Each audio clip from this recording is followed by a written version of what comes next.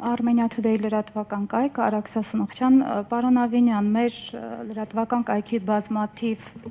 հարցումներից երևանցիների շրջանում մի քանի հարցեր ենք հասցեագրել, որոնք կուզենայի բարձրացնել եւ որոնց շուրջ հետաքրքիր է ձեր կարճաժամկետ եւ երկարաժամկետ տեսլականները։ Նկատի ունեմ կարճաժամկետ մոտավորապես 1 կտրվածքով ինչ եք պատկերացնում եւ 3-ից 5 տարի մոտավորապես հետո ինչ եք տեսնում տվյալ բնագավառում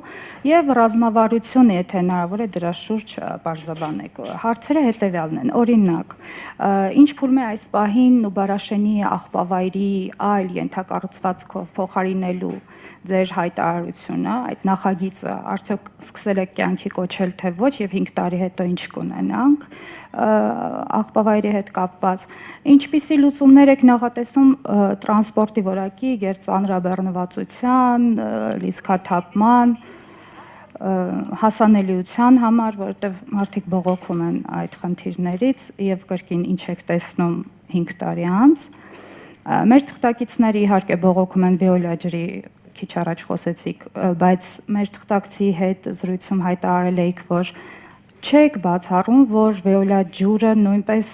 հնարավոր է պետականացվի, եթե բողոքները շարունակվեն, հետաքրքիր է թե այս ուղղությամբ ինչ եք մտածում եւ հակասություն չեք տեսնում ձեր կարծիքի, ձեր տեսլականի եւ քաղաքացիների գնահատականի մեջ, արդյոք չափանիշների գնահատման վերափոխում վերանայում չեք նախատեսում եւ փողոցային հարցումները փողոցային առևտուրը նույնպես որ այս օրերին շատ ավելի աչքի է ընկնում նախատոնական օրերին հետաքրքիր է թե ինչպիսի լուծումներ եք տեսնում օրինակ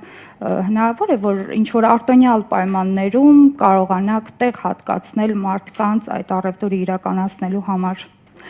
եւ Աջափնյակի մետրոյի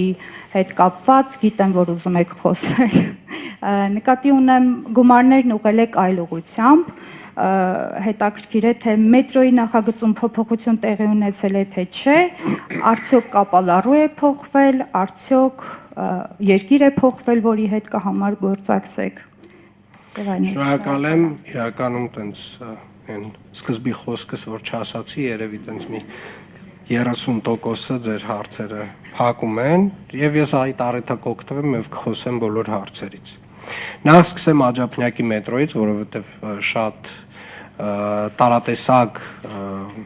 լրատվական դաշտում տեղեկատվություններ հայտնվեցին այն մասին, որ Աջափնյակի մետրոյի ծրագիրը, չգիտեմ, խափանվել է, փոխվել է, նմանատիպ բան չկա։ Նախ ուզում եմ վստահեցնել, որ Աջափնյակի մետրոյի կայարանի նախագիծը բոլոր փորձաքննությունները անցած պատրաստ է։ Եվ մասնավորապես այդ փորձաքննություններից մեկը պարզ փորձաքննությունը մեկից ավել տարի է տևել այսինքն ինքը բավական բարդ process է եղել եւ շատ երկար մեկնաբանություններով վերադարձվել է նախագծողին նախագծողը ինչ որ բաներ արձագանքել է այդ process-ը տևել է 1 տարուց ավել եւ Աջափնյակի մետրոյի կայարանը հաջորդ տարի այս մետրոյի կայարանի այդ նախագծի հիմքով պատրաստվելու է կառավարության հատուկ որոշում, որով որ մենք իրականացնելու ենք նախագծի ֆիդիկ կառավարման մոդել, որը որ, այսպես ասած, այս տեսակ մեծ նախագծի համար երևի թե ամենահարմար տարբերակն է, մենք ներգրավելու ենք տեղ հսկող, ինժեներական տեղ հսկող, ով ունի նմանատիպ փորձ այս տեսակ ծրագրեր կառավարելու, եւ որպեսզի կրկին արձանագրենք մետրոյի կայարանը Աջափնյակի, մենք մեր օրենսդրությունը նույնիսկ այս տեսակ նախագծի հետ նախկինում առնչություն չի ունեցել, այս որակի, այս բարդության, եւ հիմնականում ժամանակային հետաձգումները դրա հետ են կապված եւ կարծում եմ ավելի լավ է մենք մի փոքր ժամանակ, ավել ժամանակ ծախսենք այս նախագծային փուլերի վրա, գրագետ տեղհսկողություն ունենալու վրա, որպեսզի հետագայում արդեն շինարարության ընթացքում կարողանանք կառավարումը ամբողջապես որակային տեսանկյունից եւ ժամանակային տեսանկյունից պահել վերահսկողության տակ։ Աջափնյակի մետրոյի կայարանի հետ կապված ընդհանուր մոտեցումը սա է։ Եվ հաջորդ տարի մենք ունենալու ենք հատուկ կառավարության որոշում Աջափնյակ մետրոյի կայարանի նախագծի հետ կապված։ Ինչ վերաբերում է տրանսպորտի որակին, տրանսպորտի որակի հետ կապված մենք ամեն տարի ինչ որ նոր մի ծրագիր իրականացնում ենք, մասնավորապես այս տարի իրականացրել ենք արդեն իսկ կնքել ենք պայմանագիր 45 նոր տրոլեյբուսների գնման առումով 12 մետրանոց, որոնք որ չափերով նույն մեր ման ավտոբուսների չափի են եւ նրանք մատակարարվելու են 2026 թվականին առաջին կիսամյակում եւ մտնելու են գծեր, որով որ մեր տրոլեյբուսային ցանցի ամբողջական հին շարժակազմը դուրս է գալու եւ հետեւապես մենք կարելի ասել հին շարժակազմից արդեն ավտոբուսները, միկրոավտոբուսները, չգիտեմ, պազիկները, Hyundai-ները, դրանք բոլորը, գազելները բոլորը մաքրել էինք հները։ Հիմա վերջին մեր հանրային տրանսպորտի Վերգետնյա հանրային տրանսպորտի շարժակազմերում տրոլեյբուսներն են, որ մնացել են որոշ տեղերում հին շարժակազմերով, շարժակազմերը եւ ավելանում են, այսինքն գիծելը ավելանում եւ այդ բոլոր հին տրոլեյբուսները դուրս են գալիս կազմից։ Տրանսպորտի ոլորտում իրականացրել են կանգառների նոր կահավորումներ եւ եթե նկատել եք արդեն որոշ կանգառներում կան էլեկտրոնային էկրաններ, որտեղ որ երևում է մեր համակարգով ավտոբուսների ժամանման րոպեներ, այսինքն դու հստակ արդեն կանգառում ես կարողանում տեսնել, թե քանի րոպեից է ավտոբուսը գալու եւ սա հիմնականում են մարդկանց համար է, ովքեր որ չեն օգտվում սմարթ հեռախոսներից, սմարթ էլեկտրոնային միջոցներից, որովհետեւ այդ միջոցներից օգտվողները հստակ արդեն գիտեն, որ օրինակ Yandex Maps-ում այդ ամբողջ տեղեկատվությունը հասանելի է ավելի քան 1 տարի առաջ։ Տրանսպորտի ոլորտում մենք ավելացրել ենք ավտոբուսային գծերի քանակը Երևան քաղաքում եւ շարունակելու ենք դա անել, որովհետեւ առաջին հերթին հետիոտնին առաջնահերթություն տալ եւ երկրորդ հերթին հանրային տրանսպորտին առաջնահերթություն տալը այլընտրանք չունի։ Եվ իրականում մենք պետք է գիտակցենք, որ նաև խցանումների կառավարման տեսանկյունից եւ մենք պետք է որոշակիորեն մեր շարժակազմերը ավելացնելով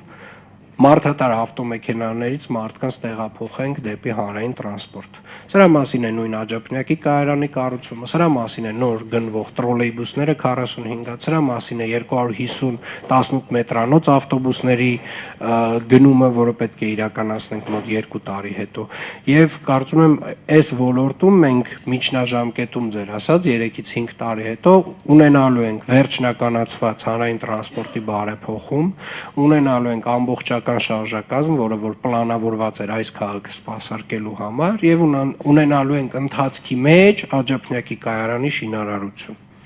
Ինչ վերաբերում է Նուբարաշենի աղբավայրին, Նուբարաշենի աղբավայրում վերջին շրջանում կարճաժամկետը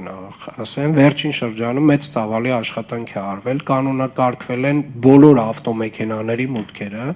որոնք որ ժամանակին, այսպես ասած, ինչ որ անկանոն ձևով տարբեր ընկերություններ, տարբեր բեռնատարներ էին մտցնում Նուբարաշենի աղբավայր եւ այնտեղ աղբ թափում։ Այդ ամեն ինչը կանոնակարգված է, բոլոր գումարները ուղղվում են նոր աղբավայր ՓԲ, այսինքն մուտքի համար հստակ գին է սահմանված, կահավորված է ամբողջ աղբավայրը, տեսախցիկներ են դրված, լուսավորված է։ Շուտով հունվար ամսին երևի թե այց կիրականացնեմ եւ նաեւ կցուցադրեմ, թե ինչ է արվել այս փուլում։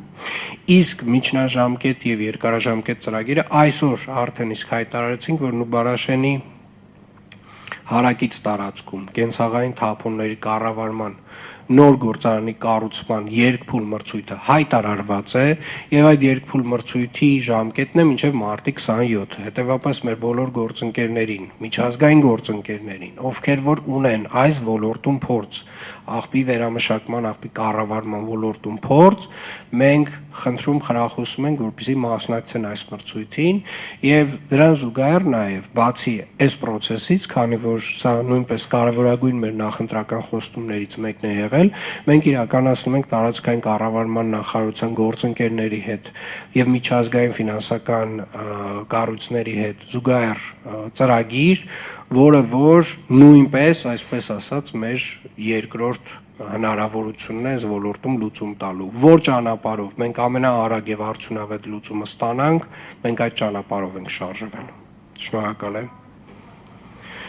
Փողոցային առևտուրը հարգելի գործընկերներ, ինքը տենց ոնց ասեմ, ինքը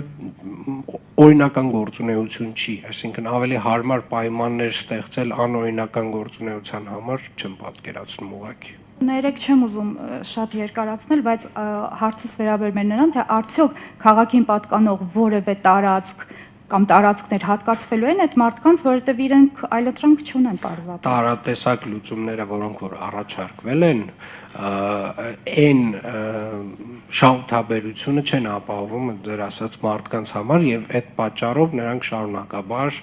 մերժում են այդ առաջարկները, որովհետեւ փողոցային առևտուրը, ինչպես նշեցի, անօրինական գործունեություն է, մենք շարունակելու ենք դրա դեմ պայքարել։ Շնորհակալ եմ։ Հավանիչ տեսանյութը եւ բաժանորդագրվիչ նորությունները բաց չթողնելու համար։